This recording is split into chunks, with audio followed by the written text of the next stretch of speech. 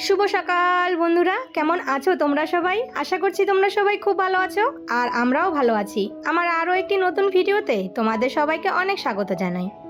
আজকে হচ্ছে শনিবার আর এখন বাজে ঘড়ির কাঁটায় ওই সকাল 7:30 মতো। তবে চলো আজকের ভিডিওটা এখন থেকেই শুরু করছি।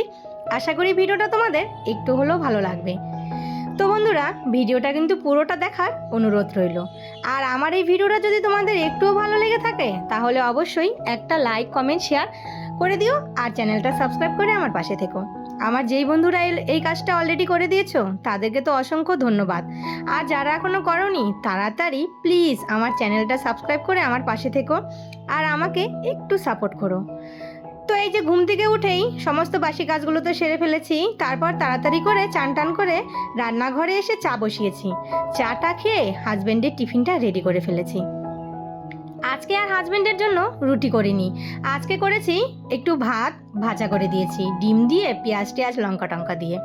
আর সাথে না একটু তরকারি ছিল মাছের ঝোল, সেটা একটু গরম করে দিয়ে দিলাম। কেন বলো তো, আমার হাজব্যান্ড না ওই শুকনো শুকনো ভাত ভাজা খেতে পারে না, ওর গলায় আটকায়। তার জন্য একটু ঝোল জাতীয় কিছু হলে ও একটু ভালো খেতে পারে। তাই যে তরকারিটা ছিল সেটা ওকে গরম করে দিয়ে দিয়েছি।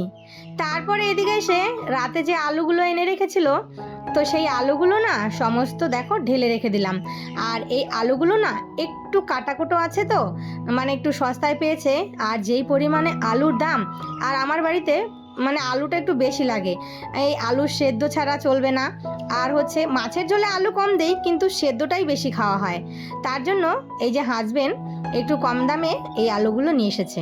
তো একটু ফেলিয়ে ছড়িয়ে মানে যেগুলো একটু খারাপ থাকে এগুলো কেটে খেলে কিন্তু চলে যায়। যাই হোক, এদিকে আমি রান্না বসিয়ে দিয়েছি, সবজিটা কেটে নিলাম। আর এদিকে ডাল বসিয়েছিলাম, ডালটা সেদ্ধ হয়ে গেছে, ডালটা এখন ফোড়ন দিয়ে দিব। আর ওইদিকে না ছেলের জন্য দুধ এনেছে, তো দুধটাও গরম করে নিচ্ছি, কেননা যেই পরিমাণে গরম পড়েছে না হলে না দুধ একদমই থাকে না। আর আমি দুধটা জাল দিয়ে জানো তো ঠান্ডা করে ফ্রিজে রেখে দিই, না হলে যতই জাল দিই তবুও দেখি কেন যেন মানে দুধটা ফেটে যায়। তো ডাল করতে হয় এই যে বড় ছেলের জন্য, মাছের ঝোল করলেও ও খাবে না, তার জন্য ওর জন্য আলাদা করে ডাল করতে হয়। তো যাই হোক, ছেলের বায়না হয়েছে, মানে দুজনেরই বায়না হয়েছে মিল্কশেক খাবে। তাই এই যে দুধ দিয়ে কলা দিয়ে আর কিছু ড্রাই ফ্রুট ছিল সেটা দিয়ে একটু মিল্কশেক করে দিলাম। আর অনেক দিন থেকে বায়না করেছে জানো তো, এই মিক্সিটা খারাপ হয়ে গেছে তার জন্য ওদেরকে আর করে দিতে পারিনি। তাই এই যে আজকে ওদের দুজনকে করেই দিলাম। আর এইদিকে দেখো মিল্কশেকটাও রেডি হয়ে গেছে, তো চলো ওদেরকে দিয়ে দিই। তো ওইদিকে আমার মানে ডাল হয়ে গেছে, আর করেছিলাম মাছের ডিম দিয়ে একটু চচ্চড়ি আর পটল ভাজি। আর এইদিকে বসিয়েছি আলু আর বেগুন দিয়ে ওই যে তোমার পমফ্লেট মাছগুলো আছে না সেটা দিয়ে। সেদিন তো খেয়েছিলাম সর্ষে পোস্ত দিয়ে, আজকে আবার পাতলা করে ঝোল করব হচ্ছে আলু বেগুন দিয়ে।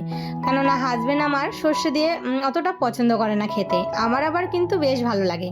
তো এদিকে দেখো রান্না বসিয়ে দিয়েছি আর এইদিকে আমার সমস্ত বাসনগুলো মেজে নিলাম। তো বন্ধুরা, তোমরা যারা এই পর্যন্ত আমার ভিডিওটা দেখছো তো ভিডিওটাতে প্লিজ একটা লাইক দিয়ে দিও। আর আমার এই ভিডিওটা যদি তোমাদের ভালো লেগে থাকে তাহলে ছোট্ট একটা কমেন্ট করে জানিও। আর আমার এই ছোট্ট পরিবারে তোমরা যারা নতুন বন্ধুরা এসেছো অবশ্যই চ্যানেলটা সাবস্ক্রাইব করে আমার পাশে থেকো। আর যারা অলরেডি কাজটা করে দিয়েছো তাদেরকে অসংখ্য ধন্যবাদ। রান্না বান্না সেরে মানে সংসারে সমস্ত কাজ গুছিয়ে পরিপাটি করে তারপর বেরোলাম এই যে বাবার বাড়ি যাওয়ার জন্য। তো ঠাকুরকে প্রণাম করে রেডি হয়ে এই তো গাড়িতে উঠে পড়েছি।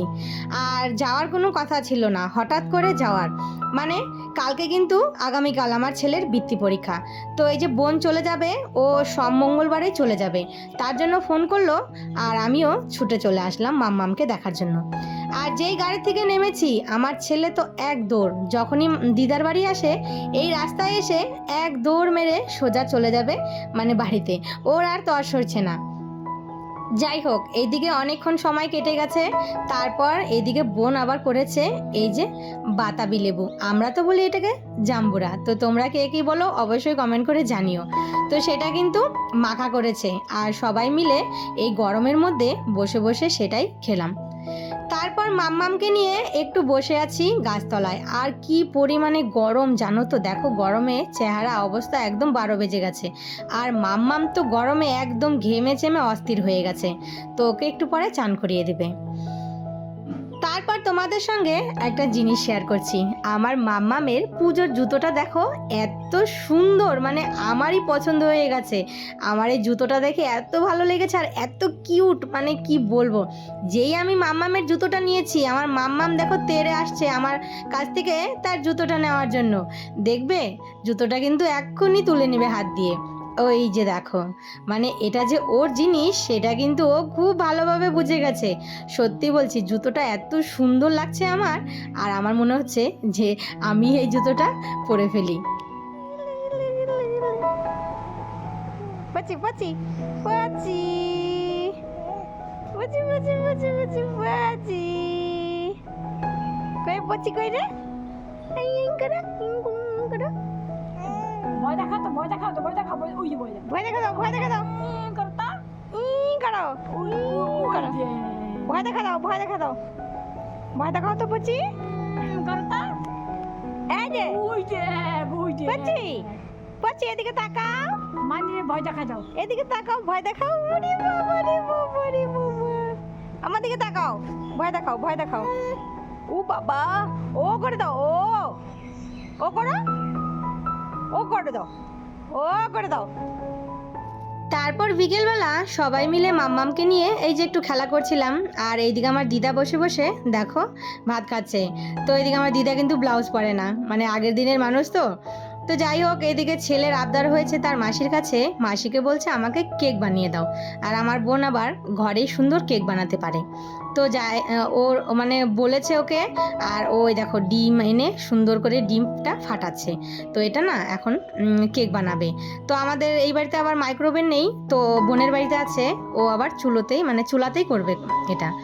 তো যাই হোক, ওইদিকে মাম্মামকে নিয়ে আমি আর মা তোমার বেরোলাম একটু। এই যে আমাদের এদিকে জমি আছে, তো এই যে দেখো ধান লাগিয়েছে, আর ধানগুলো কি সুন্দর সবুজ, দেখতে ভালো লাগছে। তো সেটাই একটু দেখতে আসলাম। আর ওইদিকে কিন্তু বোন ওই কেকের ওই জিনিসগুলো রেডি করছে। তো এইদিকে দেখো, বলেছিলাম না যে আমার বাবার বাড়ির ওইদিকে এই যে কাশফুল দেখা যায়, এই যে দেখো। তো আমাদের ওখানে কিন্তু আবার দেখা যায় না, আছে কিন্তু অনেকটা ভেতরে, কিন্তু সেখানে তো আর যাওয়া হয় না। তো এদিকে রাত হয়ে গেছে, তো মাম্মামকে খাওয়াবে, তো মাম্মামের জন্য বাটিটা ধুতে এসেছি, দুধ বানাবো তো। আর এইদিকে একটা জিনিস দেখো, এই যে হচ্ছে আমাদের চাপা কল, এটা দিয়ে কিন্তু একাই জল পড়ে, এটা কিন্তু হাত দিয়ে চাপতে হয় না।